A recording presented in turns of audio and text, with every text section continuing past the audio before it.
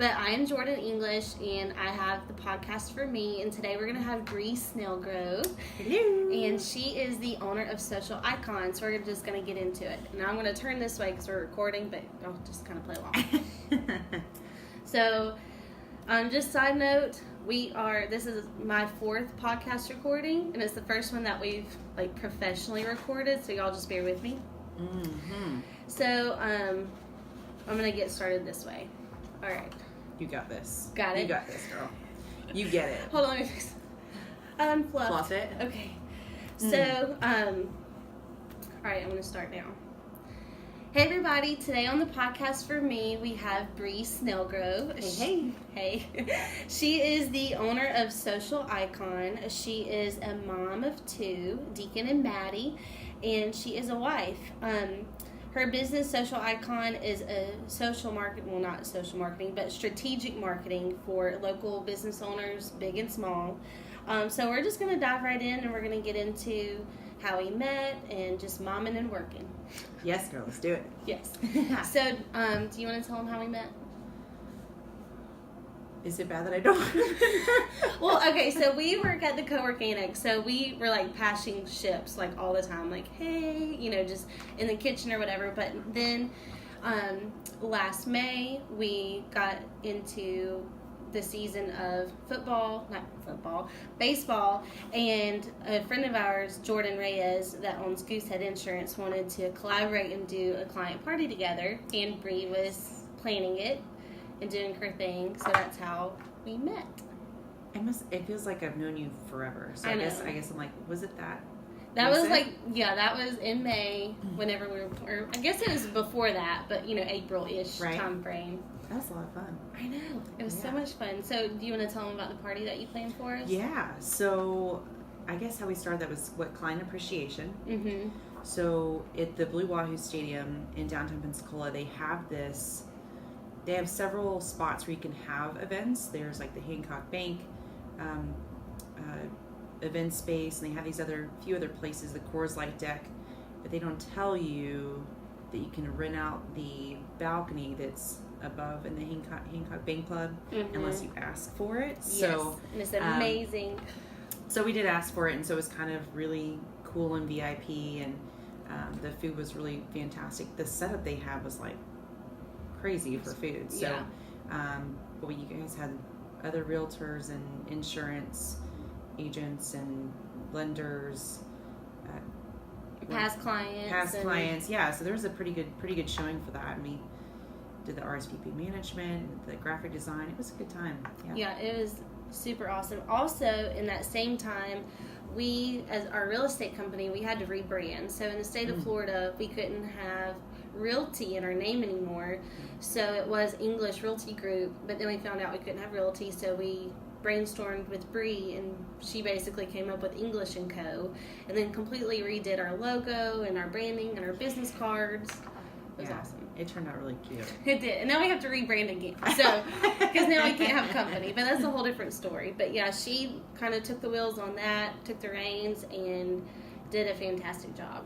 Well, thank you. You're welcome. So how often do you rebrand people, or do the branding from the beginning? Oh gosh, I wish I had more. So I've worked with a couple of people in rebranding their logos. I've worked with some smaller businesses and changing things. The biggest one I did was my own. Yeah. Changing from in 2014 when I started the business. So I worked with this. I was started as a joke. I started this group with some other boys at the time. They're all men now. Yeah. But it was called the Emerald Coast Beard and Mustache Alliance. Nice. Love it. So we did a lot of stuff for Movember, and so my logo, when you look at Social Icon, there's a big O in icon. So there was a mustache underneath the logo, and the O was a monocle. Oh, that's awesome. So, which was really cute, but you grow up and then you have to big girl live pants real now. life. Yeah. So then we changed everything. Got married and had babies, and Trent and I are always very into games and challenges, and so we played chess all the time. And I I say all the time, we used to play all the time. Now we have 2 kids, right? so it's totally changed. But we love playing chess, so I always knew that was like an element that I wanted to use in the logo was something to do with chess. So yeah, so it's social icon marketing. Marketing well played. Oh, it's so good. Yeah. I love it. So, so now it's the icon of chess, and it's also got some really fancy looking. It's very swanky. Yeah, swanky. I love it. I love it. Got some swanky velvet cards. I know. Tell them what your little title is on your card. Strategic Marketing Queen. Yes. Play on words. Play on everything. I love it. Yes. So can you just kind of backtrack a little and tell everybody how you started Social Icon and all the rebranding that you went through, and then the timing of Mr. Deacon that came along? Oh, Lord. Okay, so how much time you got on this thing? I know, we only got 30 minutes. So I've always kind of been in marketing. I started in marketing with this personal fitness group. It was actually called Acceleration Fitness. That was like the very first taste of marketing I'd ever had. Okay. And they let me, Andrew Tucker was my boss then. He was a wonderful boss. And he allowed me to kind of take the reins. Can you help me do some marketing stuff here, work with the staff? And it worked out well. And I was like, man, I'm really good at this. Mm-hmm. So when I graduated and went to college, I decided that I was going to get a business degree, specializing in marketing. And so when I graduated, I got a job with a nonprofit company, worked there, learned a lot about politics, a lot about, hierarchy and roles and, all that good all those working things. Stuff. And you can airplane mode. Yeah. So when we, after I left the nonprofit, I went to work for a print company that was like magazine and newspapers, and I was really good at it. I mean, people bought a lot of print advertising for me. Cool. And it was fun. I got to like play in the art directing role some too, and the only thing that I had a problem with is that after these people would spend $500, $600, $700 on their print advertising budget, I was so anxious to hear the business they were getting from it. Yeah. And it was really like underwhelming. Oh man. And so I was like, man, there's got to be something else. So why don't we spend some time and some money in our digital assets, our website and our social media? And they just weren't interested in doing that. And so I was like, man, this is not, things are going to evolve and grow into something else. And so I decided that I was going to start my own business. And there was something called Startup Weekend that was held in downtown Pensacola, and you're supposed to build a business in 48 hours, and then you present it to investors. And so I met with some people there, and we built this kind of shotgun business. And it was based around like social media marketing, because it was a huge thing 5 years ago. You were just starting to get to do paid advertising, and people weren't really sure how to do it. So what Social Icon was supposed to do is take on the role of your social media marketing department, right? Yeah. So that's what it started as. I went ahead and went full force on my own to take the reins, and I landed a couple of clients, and it went really well. But Pensacola is such a wonderful market, but it's a little bit behind on understanding how much to pay for digital. Yeah, it's very overwhelming how much money you have to put into it to get an actual return out of it. Right. And it's hard to say, hey, look, if you want to make any money, you've got to spend $1,500 a month on something that you could probably do for yourself for free. Yeah. Like if you spend enough time reading and watching YouTube videos, you can learn how to do it yourself. They don't necessarily teach you all that stuff in college. But so it took a little time for people to see like, oh, there's a lot of return on this. Your billboard is now in the palm of your hand, essentially. So it started to grow, and then it would dip a little bit, and then it would grow and dip a little bit as the market does. And once I decided to rebrand, I decided I'm going to do it full time, because I was still working with a commercial real estate developer part time. Like split. Yeah, so which is like the entrepreneur life, right? You got to have something part time or full time while you do the thing you really love. And so I decided to take the leap into the deep end and did the rebrand and it was wonderful. I mean, business immediately picked up, and I was like, I'm going to rebrand every year. Everything. Yeah. Yeah. So I think that's when I first heard about you, because we started working in the co-work annex last December. And when was your party?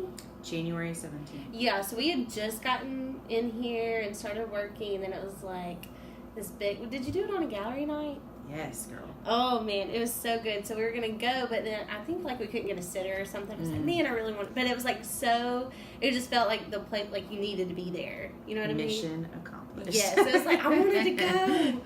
But, yeah, I feel like that rebrand was just so awesome. It was.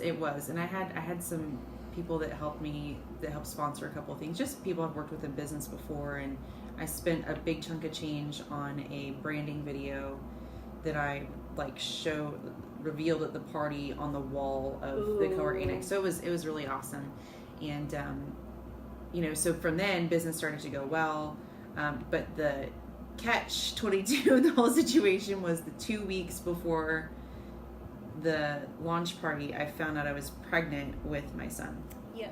That's usually how it goes. Oh, girl, I sat by myself for a good half an hour with my mouth wide open. I was like... Yeah, because y'all obviously weren't planning that. Well... Yeah. And all right. And how old was Maddie at the time? Maddie was a little over... her birthday's New Year's Eve, so she had just turned 2. Gotcha. Yeah. So I was shocked. Husband was shocked. Mm-hmm. The world was shocked. Like, what? You're building this business, you're launching rebranding, and now you're going to have a new baby. Yeah, and, we were going to wait to tell everybody. But at my rebrand, I had strategically put in Big Jerk soda, and they made Moscow mules for everyone the entire night. Everyone was like, here's a drink, here's a drink, here's a drink. And I was like, we'll have to pass. Oh, man. So did everybody figure it out at the party? Basically, one by one. So this is partially rebranding, partially like, yay, we're pregnant party. Exactly. Oh, my gosh. Oh, that just, did that completely stress you out? Like, were you freaking out in that sense? Like, what am I going to do? I mean, a little bit. You always fear that, any entrepreneur, when you get into a business that wavers with the market, you always fear, am I going to be stable enough to put money towards college funds and, obviously food on the table, and, you want to be enough. Yeah. And so that's always the fear. That I have an intense fear of failure anyway. And I think that's pretty common with entrepreneurs, but just push past it. Yeah, you just have to block it out. Yeah. Put your shades on. Just don't have time for that nonsense. Yeah. Yes. We call that the little voice. Get the little voice out of pink. So we're in a Keller Williams training right now, and they call that the drunk monkey. I just love that. That is cute. Make your drunk monkey shut up. Yeah. Yeah, the drunk monkey tells you what you can and cannot do. Go home, monkey, you're drunk. Yeah, exactly. Exactly. So you worked your entire pregnancy. You were up here belly booming everywhere. Entire pregnancy. I mean, down to the day that. And it was tough. I mean, this pregnancy, my first pregnancy was like a dream, right? It was so easy. I loved being pregnant. I don't like you. I've never had that. Well, and it's even people treat you differently. Instead of being hey, so how's your day going? People are like, how do you feel? How are you feeling today? I'm like, I'm feeling fine. You're like, Thank I'm good. you so much for asking. Yeah. Except for my second pregnancy, people are like, how are you feeling? I'm like, don't ask. Don't talk to me. Don't ask. Don't touch me. Don't breathe on me. Hormones were terrible. I was terrible for some of it to other people. And then with Maddie, I had gestational hypertension. But with Deacon, my blood pressure started to get high really early in my pregnancy. Mm-hmm. And so probably about 6 or 7 months, I started to get the swelling, and they were like, you're going to have to chill out. My doctor was like, you need to slow your roll. So I started to work more from home. I had a spike one day, went into the emergency room, labor and delivery. And they're like, yeah, you're going to have to stay. And I was like, for the night? Is that okay? And they're like, no. You're probably going to have to stay until he's born. I'm like, oh, that's 5 weeks from now. I ain't got time for that. You're like, I'm sorry, I'm too busy. another, it was the same reaction you have when you find out you're pregnant with your second kid before you're rebranding. You just sit there with your mouth open for half an hour. So I had my baby shower at the hospital. Mm-hmm. They have you in what's called like the perinatal specialty unit, and you're stuck there. It's like a prison. I didn't even know that existed before. You don't, because it's hidden underneath the stairwell, like underneath the child, like underneath labor and delivery. Yeah. Where they keep all the angry pregnant women. You're like, I'll just stay back here. Yeah, so they stick you in these rooms, and the only comfort you have is HD TV, and like eventually that gets exhausting. So, I would walk around during the day and stuff, but Sarah, my assistant, I remember I was really waiting and depending on this client to come through, and it was with the Propeller Club in Pensacola, and they had this whole board of people that needed to chat with me before they made a decision. And so I didn't tell anyone I was in the hospital. So I got up and I did my hair and I put on my maternity dress that was like really cute, and I had my computer set up and it showed me from the waist up, and put my makeup on, and she put me on one of these TVs at the co-work annex, and everyone met. There was like 10 executives at a table, and I was like, how's it going? I'm on maternity leave. In the hospital. Yeah. I never mentioned the hospital, which there's none of their business, but you always feel that people are going to think you're, that you can't perform, or you're like, oh, you just need to go. Yeah, you need to rest. Take care of yourself. Which is true. Yes, I can take care of myself, but I got a whole team of doctors that are taking care of me 24/7. You're like, I'm fine. I need to work. Yeah, I need to do my job, or I'm going to lose my mind. So yeah, it was really kind of a whirlwind. And then my doctor came in and he said, look, you just need to wait another week. We'll get you to 37 weeks and we'll have him. I said, great. He said, because I'm going on vacation this upcoming week. And I was like, I didn't go on vacation 2 weeks ago. Thanks for the memo. Walked out the door. The next day, my blood pressure spiked. And they're like, you're going to have to go to emergency C-section. I mean, it was a whole mind-blowing experience. And then Deacon ended up in the NICU for 8 days. And so when I got out of the hospital, I remember thinking to myself, it doesn't matter what happens today, like everything could be so much worse. Like I'm just so happy to be home and around my screaming 3-year-old and around my husband who like is like, what do I do with a newborn baby and a 3-year-old at the same time? Like all of this is like totally doable. The perfect life for me. So there was a lot of perspectives that were changed after that time on my back. Could be so much worse. So much worse. Made you really thankful. Yeah. So now that baby Deacon's here and you are back in action, you're just toting him around everywhere. And I love it. Yes. Where I go, Deacon goes, and it's mainly because he doesn't take formula, and I have family. My grandmother's, she's taking care of my great grandmother who's still around, and she's who took care of Bounty when she was little. And at this point, I mean, there are some social norms with moms are supposed to stay home and take care of their babies, but I ain't got time for that. I know. Yeah, I got time for it. I struggled with that big time, but luckily, so with Avery, I had just 6 weeks maternity leave, and there's like these. I had to go on maternity leave 2 weeks before she got here. I had to go on bed rest, and I was making so little money at the time that like it messed up my maternity leave pay. So there was like a whole month where I didn't get a paycheck. Ugh. So things like that were really bad. And then like I only got 6 weeks. So I had to take her to daycare at 6 weeks, and I just cried and cried and cried all day long because I didn't have a choice.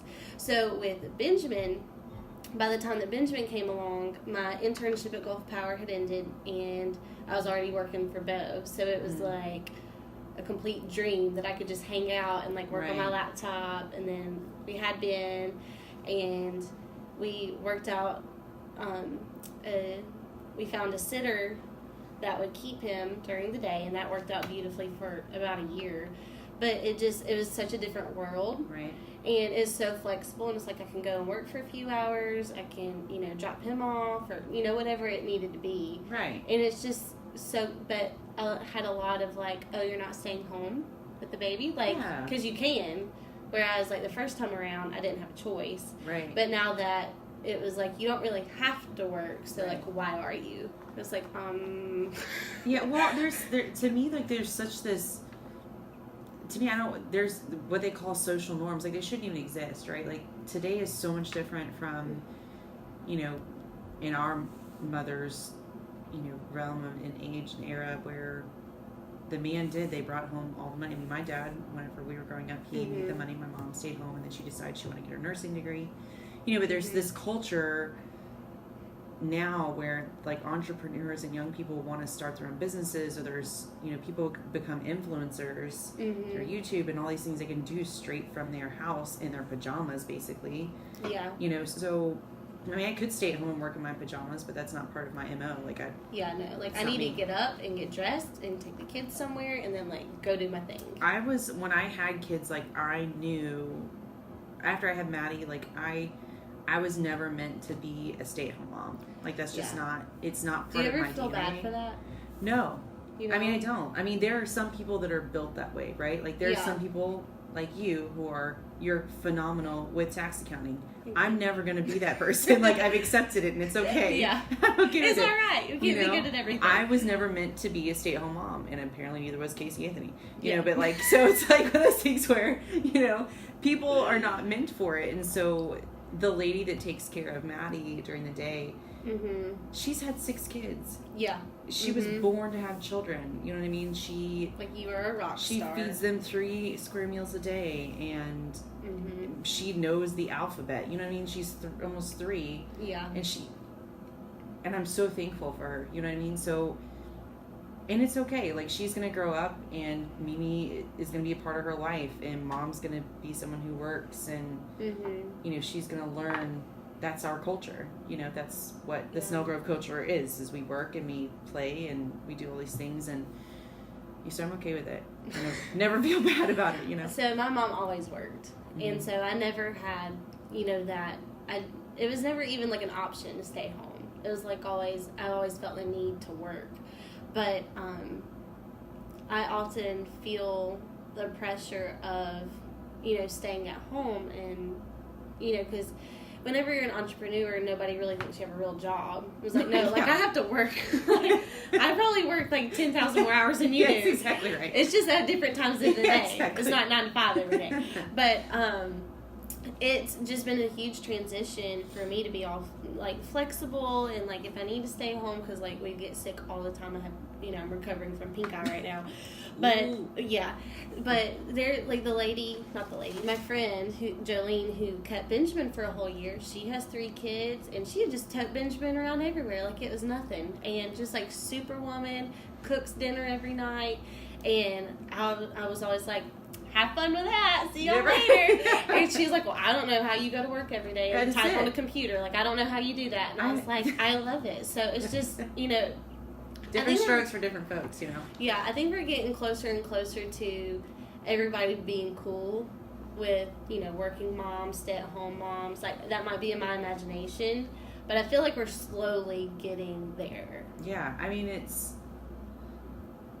I went to a luncheon yesterday. They have EntreCon is what's going on right now, and I got into a friend of mine, Clancy, invited me, and she said, I've got this extra ticket. Do you want to go? And I said, sure. So I paid for it, and I got into the parking lot, and I said, what? I have Deacon with me. Is that going to be okay? Is that cool? She's like, yeah, it's fine. So she calls me right back, and she says, it's kind of fancy. Like, it's like really fancy. Like, you could like hear the panic in her voice, right? She's like, she doesn't have kids. She doesn't know like what the norm is. She's like, I don't really know. I was like, look, I'm dressed fancy. He has shoes on, so he's dressed fancy. So mission accomplished. I got this carrier. I'm gonna strap it to my body, and I'm gonna put him in it, and we're gonna walk in and pretend like it's none of different. Because if people see that you're like whatever, maybe they'll be like whatever. Yeah, people be like, why did she bring a baby? Because, if they can see the panic in your face, that's what I did. I was like, I'm just going to bust up in here. That's right. That's exactly what we did. So I, opened up my trunk, and Todd Thompson from the chamber saw me. He's like, do you need some help? And like, never even questioned anything. So as a baby, we walked in, And I walked straight in, didn't even blink. I was like, oh, there's somebody there that I know, that I can network that I haven't seen in a while, So I walk over, give them a hug. They're like, oh my God, I know you want me to hug you, but I want to touch your baby's head. Yeah, so like, I know you're here and all, but I want to talk about this baby. Yeah, and during the actual luncheon, when the speaker was having a conversation with his presentation and stuff, he started to fidget, and I was getting a little bit nervous, because I didn't want him to, like, cry. He's literally the only baby in the building. So. Yeah, it's, like, very obvious. Blaine, right here, yeah. Right here. I got up, and I tried to feed him a bottle. Like, I prepared myself, like, pumped before I got there, and tried to feed him a bottle. He's like, nah, not having it. So I had to, like, go into the bathroom to breastfeed him. And that's just part of it, right? I was like, it is what it is. So then afterwards we came out, and I caught some of the presentation, ate lunch, and bounced him around, and he was fine. Like, I didn't make a peep after that. So, I brought an infant to a business luncheon. It happens. Yeah. Like, it can be done. I think that's the problem, is that people think it can't be done. Yeah, like, oh, I'm not supposed to do that. Right. Or maybe, am I allowed to bring a baby in here? But it's like, women that have babies work too. Yeah. And we can't always have daycare or someone to watch them, or so they're just going to come along. And daycare is expensive. I mean, even in-home daycares, and you never want to get to a position where you're just working to put your kids in daycare, because what's the point? Yeah, that's the only time I've ever felt bad is, when I first put Maddie into daycare, I was getting back on the horse, and you have mom guilt, like you get mom guilt real bad, and all the time. We can have a whole separate episode on mom guilt. Godly. Yes. So especially at that age where they're learning everything like a sponge, and so, but the beauty of that is, if I get mom guilt at the end of the week, I'll take a day off. I'm like, you know what, we're going to go to the zoo today. Yeah. Like that's... Isn't that the best? Yeah, you're like, I'm going to hold my calls. Like, I'm going... Reschedule my day. We're going to the beach. You know what I mean? So that's the beauty of being an entrepreneur, is that if I have a sick day, I can take a sick day. I don't have retirement right now, or, You're like me, I didn't have health insurance for a whole year, people. Yeah. But to my mama, I do have health insurance now, because I was in big trouble. She was like, Jordan Elaine, you better get that health insurance right now. That's right. Well, thank God for my husband, because, he works for the county, and we got that button up tight. But, it's... But it is. It's one of those things where, luckily, that's the trade-off, right? If I was in a 9 to 5, I mean, maybe, depending on what the job was, but typically, I would be miserable. Yeah, and I think a lot of people that I've talked to recently, a whole separate subject, but, like, being in a 9 to 5, a lot of people are miserable, and they're just waiting for that time to, like, pursue their passions. And a lot of the holdup is having babies and daycare and all those good things, because you're like, I need to pay for these children. Right. But, y'all, we're going to have Bree on again, because this is fun. Yeah. But we're going to wrap it up today. And where can everybody find you on social media? Well, I've got a website. It's socialiconllc.com. Okay. You can find me on Instagram, socialiconllc. Y'all see the theme here? Yes. And on Facebook, you can just search for Social Icon. We'll pop up. We got the chess pieces as our logo. So, but thank you for having me on. Yes. We'll have to have a repeat offender. But yeah, everybody go follow Social Icon and Bree on Instagram, Facebook, and check out her website. And if you need any marketing needs, this is your go-to girl. But thank you. You're welcome. Oh, guys, spot to... Don't forget to use LinkedIn. It's super incredible. Oh, yes, right now, and I've put up a lot of my story with carrying around a baby and being in business, and so that's... Yeah, go check out that article and make you cry. Yes, awesome. All right, that's a wrap. Bye. Bye.